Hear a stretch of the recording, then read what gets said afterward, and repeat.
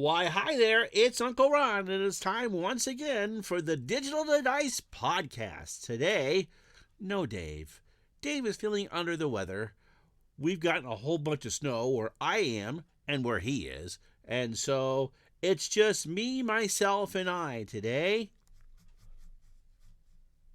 as we do episode 254 of the Digital to Dice podcast. How about that? And today, we're going to be talking about AI.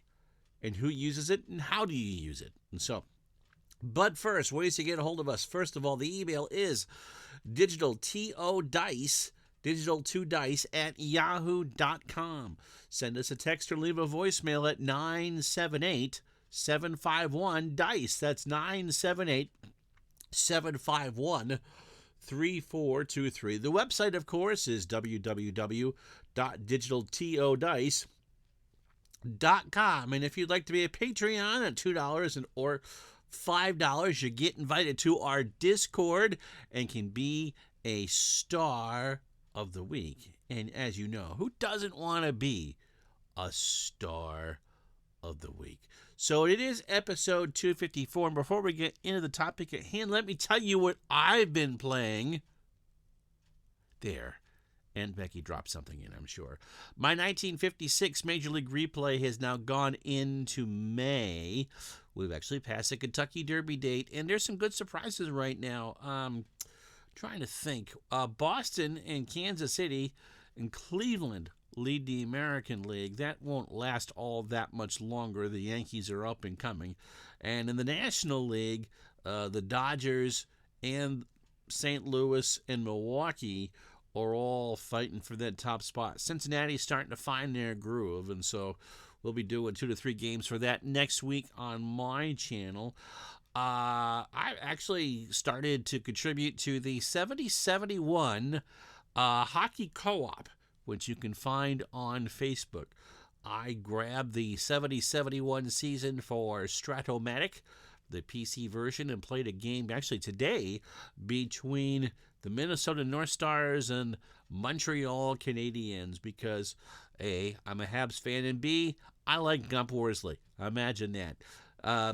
Gump just looks like a truck driver to me. If there's anybody that's ever played in professional sports that doesn't look like they should have played in professional sports, it's Gump Worsley. You know who won? The North Stars. It was a shorthanded goal by Murray Owens, I think it was, in the third period that put the North Stars up by the score of 3-2. And I think it's the first time the Canadiens have lost in that co-op. I believe they're playing the first week of the season. So that's on Facebook, and Dave's going to be doing some of that as well. What else have I been playing that you might be interested in?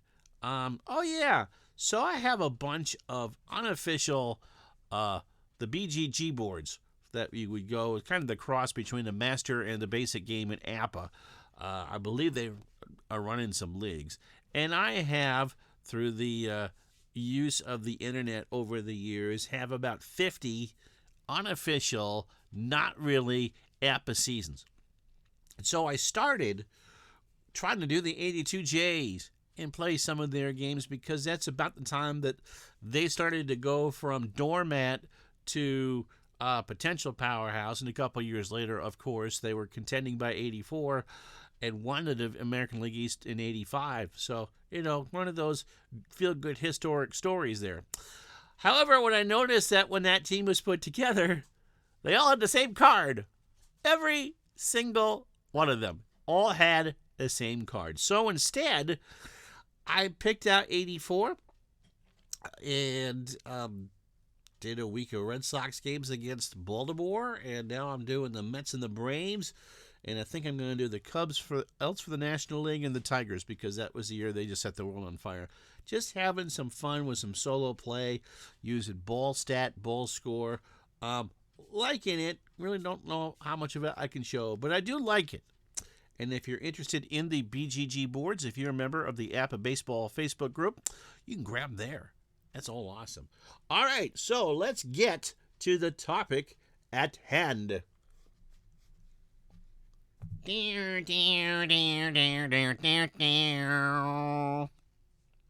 you like that? So today we're talking about AI in games. And if you've ever played a computer game, you've actually played against an AI. The computer is sub games. Um, Tries to figure out what you're trying to do. I know that in Second and 10, for instance, that it will track your tendencies and then change the calls to try to force you into something else. So AI in gaming has been around a long time. If computers making a decision for you or against you, it is trying to figure out some way to learn. So AI, as far as what we're going to talk about today, it is not new. And in fact, if you want to talk about artificial intelligence in gaming, it goes back to tic-tac-toe back in the early 50s. That was one of the first programs ever created, was a tic-tac-toe game. And I believe the computer played the O's and you played the X's, and it tried to get you to a draw. I know that as far as what we would consider today a modern AI type deal would be back in the late 50s. Yep, it does go back that far, when chess, they programmed a computer to play chess. In fact, there's an episode of Star Trek from the late 60s where Captain Kirk, you remember him, he was in all the papers, was being court-martialed for an incident that happened on the Enterprise. And if you've ever seen Star Trek, you know that they actually had a 3-level chessboard. Okay? And so Spock, the ever-loving Mr. Spock, programmed the computer to play chess, and he programmed it so well that it was always supposed to be a draw. And how Captain Kirk got off the hook for doing something that he didn't really do was that someone had messed with the computer and changed the programming enough that Spock beat the computer at chess. I forget the name of the episode or what season it was in. So artificial intelligence, as far as gaming is concerned, has literally been around since computers came to be. So I asked if any of you use artificial intelligence to enhance or write your replays. And we'll start with our Patreon members who have access to the Discord, and this is what they said. Shaq74. Should I read this in Shaq's voice? No, I won't do that because it's probably not the same Shaq. I have a little. I keep stats in Excel and I upload the spreadsheet and have AI create the story. I use it to create season preview videos as well. If that's on YouTube, you should let us know what your channel is, because that's pretty awesome. But yeah, that's a good use for it.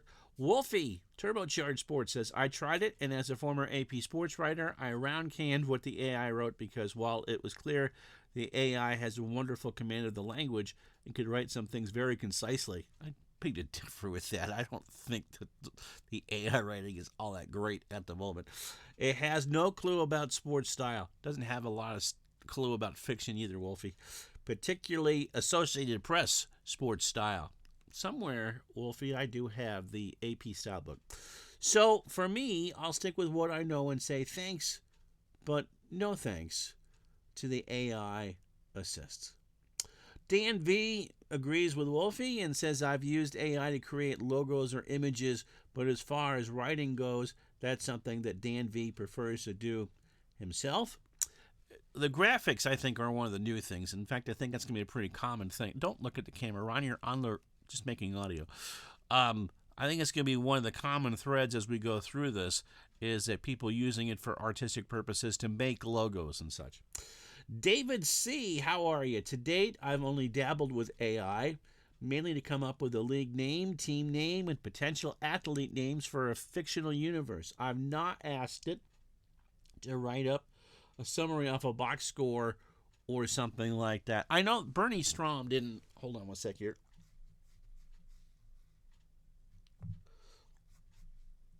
Let me get up the stuff here. Bernie Strom was actually the first one. I don't think he answered the question here. Could feed a box score usually into one of their Action PC replays that he does. Feed that into Chat GPT, and get a summary. It's absolutely amazing what it can do, and it's only going to get better and better over time. Mike D, better known as the Pesky Pole, and yes, he can be pesky, says, I use Al Red Sox fan all the time to help with replays. He inspires me. I'm not sure that that's what I had in mind, but you, of course, be you, and Nomar and I will be watching from the sidelines, okay? Sean says no, and that's what we'll go with that. John Alexander uses it for graphics, and I think that is the common. I know that Mr. Gardner uses them for thumbnails and such, and it's weird to see what it comes up with, but it is what it is. Greg says, tried using it to create team logos. The spelling was terrible. Was recommended Photoleap, but it's iPhone, iPad only. 2 others were Android only, and I was using your laptop. He gave up. Don't blame you for that. I don't know what I think Meta, I think Facebook actually has an AI that you can use. Somebody created a picture. There's a couple friends of mine who have done AI pictures of me, and one did it with, instead of having curlers and all 4 hairs I have left, had baseballs in my hair, but did a good job of aging me a bit, and with the glasses, because I do wear glasses when I'm not by the computer, and it's kind of uncanny, isn't it? Let's see. Michael S. says, AI can be fun for creating graphics and such, but I'm not sure how else you can use it to help with a solo replay. I think you're going to get some further examples here of how people have used it. It is quite creative. Somebody by the name of Gardner. I have no idea who he is. Did I mean artificial intelligence or Al Red Sox fan? Both. Dave, I meant both. Again, that pesky poll says I've used it for recaps, logos, and pictures. So Michael beneath you, Forrest, writes, I have used AI to help call plays for both offense and defense when I play cards and dice football. Okay. I have used AI when playing status pro football to act as a human opponent. It will tell me to move the defensive players around in the different boxes or zones based on the formation the offense comes out in. It's wild. And again, Forrest, I think it's kind of like with the computers earlier playing chess. It can mimic what you should do. I mean, these AIs, such as ChatGPT, I'm assuming that's what you're using, are much more proactive and reactive than the little models of AI built into game engines. And again, we're talking about AI models here that use data centers and cloud services and GPUs and that. We're not talking about what someone has individually programmed into a game. But, that is AI as well. Vinny uses ChatGPT to set up a fictional 2023 college football project that you're almost done with. Please share that. That would be cool. Did you use it for the teams, or is it playing the games through that, or what? Jim says, I use it off and on. I use it for boxing write-ups, schedules, and fictional player names and bios. I've used it a few times for logos, but I find those are super hit and miss. Usually the spelling gets messed up. You're the second person to mention that. Brent DeHart had a boxing. He was using oh goodness gracious, I have it too. It's not Ultra Quick Boxing from Downey Games. I have it, and now I can't think of the name of it. Of course, I'm recording and not going to go take the time to look it up. And so Brent came up with a way, and the voices through the AI to do fights and for us to bet fake money on said main event boxing. I knew if I thought of it long enough that would be the case. So he was using that and the ratings in there to you can run endless fights with there. And so a boxing universe in AI is almost a match made in heaven. Dave Gardner, again, says, I use it for thumbnails mostly, but I see people using it for rare plays sometimes. Again, that's interesting. I think someone mentions that here, so I'm not going to read it off, but if I don't see what you're talking about from someone else, I will expound on that further. John M. says, I use AI to write up post-game recaps, and I have AI to make a league schedule. Although I've had to adjust the schedule the AI comes up with sometimes. And if I'm playing a fictional game, AI will add the flavor or player name and stats.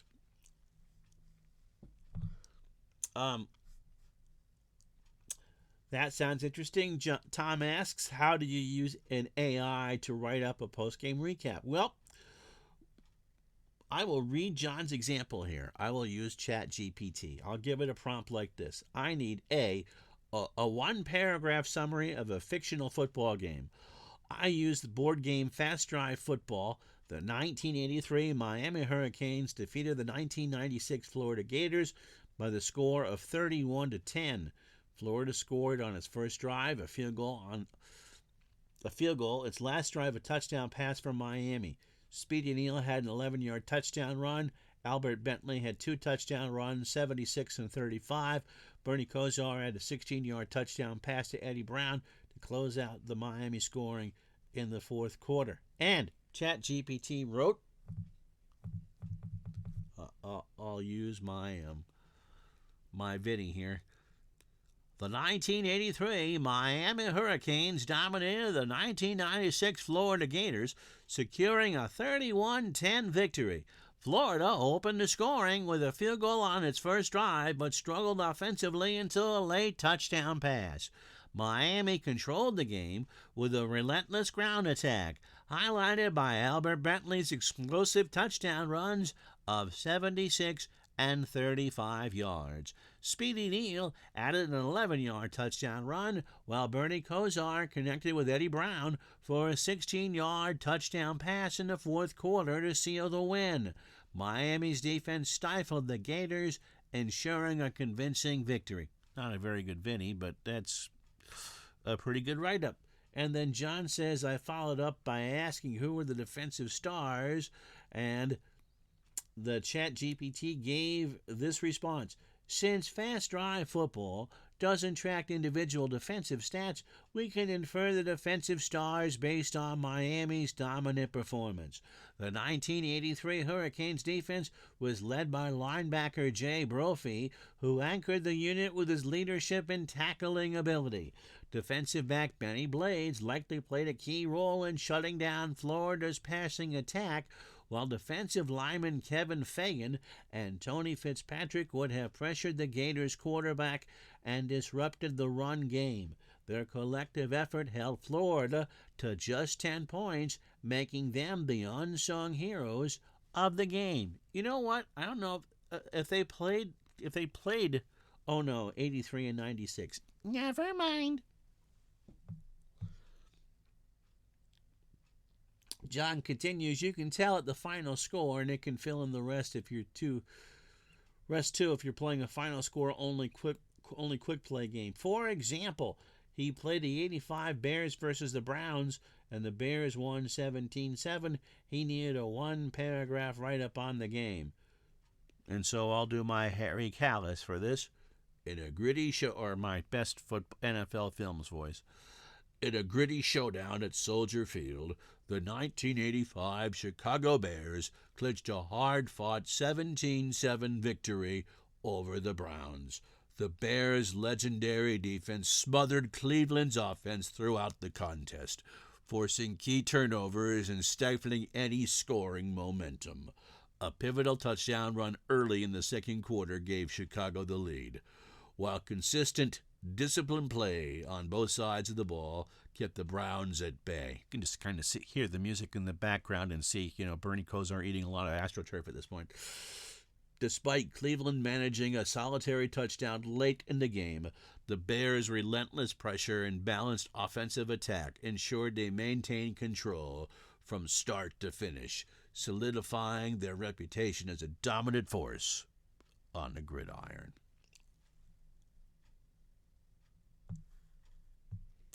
Brian writes, I use it for post-game write-ups and for fictional bios.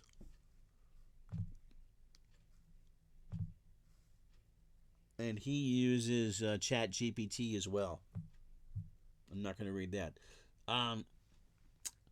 Andy down in New Hampshire enjoys the steak sauce, A1, on his eggs. I haven't tried it on my eggs. And I always find it funny when I go and put some in the cart that a steak sauce is vegan. Just putting it out there. He also uses AI to clean up his photos. Oh, and Tom says, I'm a recent convert to ketchup and hot sauce. Oh, Tom. Oh, yeah, hot sauce is good. I love ketchup on my scrambled eggs. Not at the same time. Anyway, Jeff says, I use AI to manage and GM the 2024 Chicago White Sox because any intelligence in that organization is artificial. Ba-doom, boom. He'll be here all the week. Please chip your waitress and try the veal. Mike says, I've used it exclusively in your pro wrestling replay that I do, and I use it to create thumbnails for his YouTube channel. And he uses ChatGPT as well. Tom says, replays are a trip back in time for me, so I use the AI Perplexity AI. I haven't used that one. To ask things like, tell me what was going on in the world on such and such a date, or was there anything interesting about the week in whatever, insert date here in MLB. Okay? And last but not least, Tony says, I've used it to create logos for fictional teams. The results, as others have told you, have been mixed. Now, what was the point that Dave was making of that? I thought had been mentioned.